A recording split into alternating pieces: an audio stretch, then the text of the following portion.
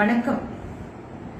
இப்ப நான் எல்லாரையும் பாதிக்கிற இன்னொரு விஷயம், குழந்தைகளை முக்கியமா பாதிக்கிற லேசி ஐஸ், இதை பத்தி உங்களுக்கு சொல்லணும் அப்படின்னு நினைக்கிறேன். லேசி ஐஸ்னா என்ன? சோம்பேறி கண்கள். இந்த கண்ணு எப்போ அந்த மாதிரி சோம்பேறி ஆகும்?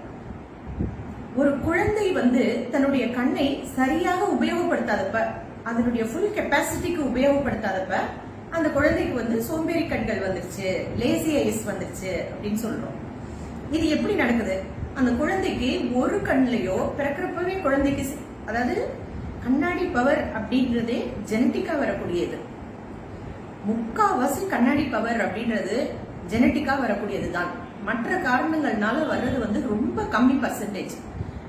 எல்லாமே ஜெனட்டிக்கா வருது. என்னன்னு கேட்டீங்கன்னா, இப்ப முன்னாடி எல்லாம் சுகர் வந்துச்சுன்னா ரொம்ப வயசானவங்களுக்கு வரும். அப்புறம் 40 வயசுல வர ஆரம்பிச்சிச்சு, 30 வயசுல வர ஆரம்பிச்சிச்சு. அதுக்கப்புறம் பாத்தீங்கன்னா பிறந்த குழந்தைக்கு கூட சுகர் வருது இல்லையா? நம்ம அதை அக்செப்ட் பண்ணிக்கிறோம் இல்லையா?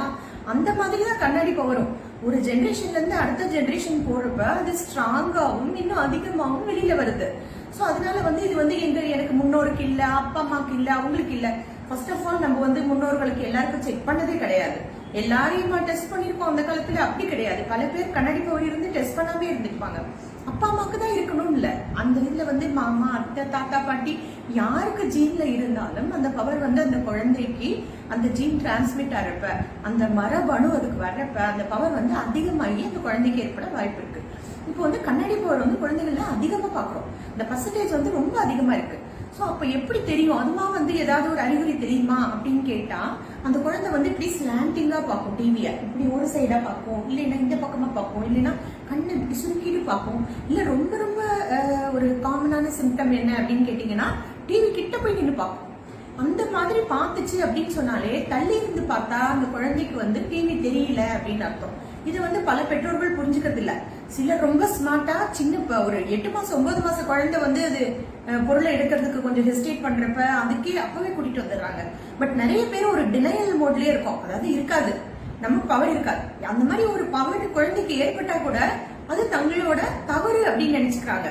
தங்களோட தவறுனாலதான் குழந்தைக்கு தான் சரியா ஏதோ சத்தான ஆகாரம் கொடுக்கல, அதனாலதான் குழந்தைக்கு கண்ணாடி பவர் வந்துருச்சு அப்படின்லாம் பெற்றோர்கள் யோசிக்கிறாங்க.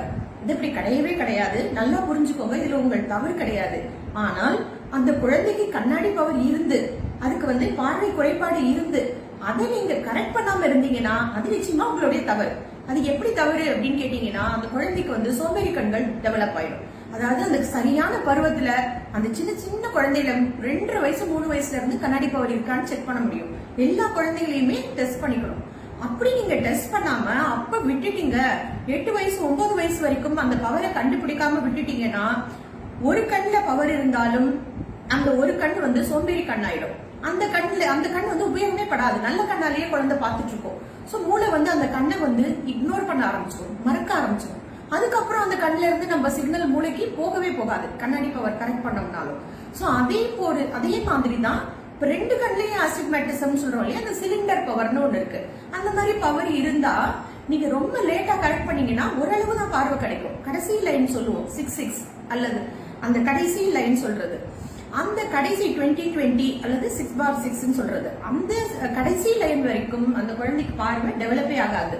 லேட்டா போய் ட்ரீட்மெண்ட் பண்ணீங்கன்னா இதை தவிர்க்கணும். இந்த லேசி ஐஸ் அல்லது சோம்பேறி கண்களை தவிர்க்கணும்னா எல்லாரும் அவங்க வீட்டுல இருக்கிற சின்ன குழந்தைகளுக்கு கட்டாயமா 3 வயதுல இருந்து கண்ணை டெஸ்ட் பண்ணணும். டிவி பாக்குறதுனால வருமா, ஐபேட் பாக்குறதுனால வருமா, ஆண்ட்ராய்ட் போன் பார்த்துட்டே இருக்கிறதுனால வருமா அப்படின்னு கேட்டா, இதனால எல்லாம் கண்ணாடி பவர் முழுமையா ஏற்பட்டுறாது.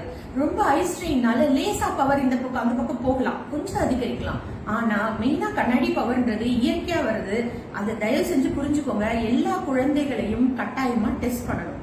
வணக்கம்.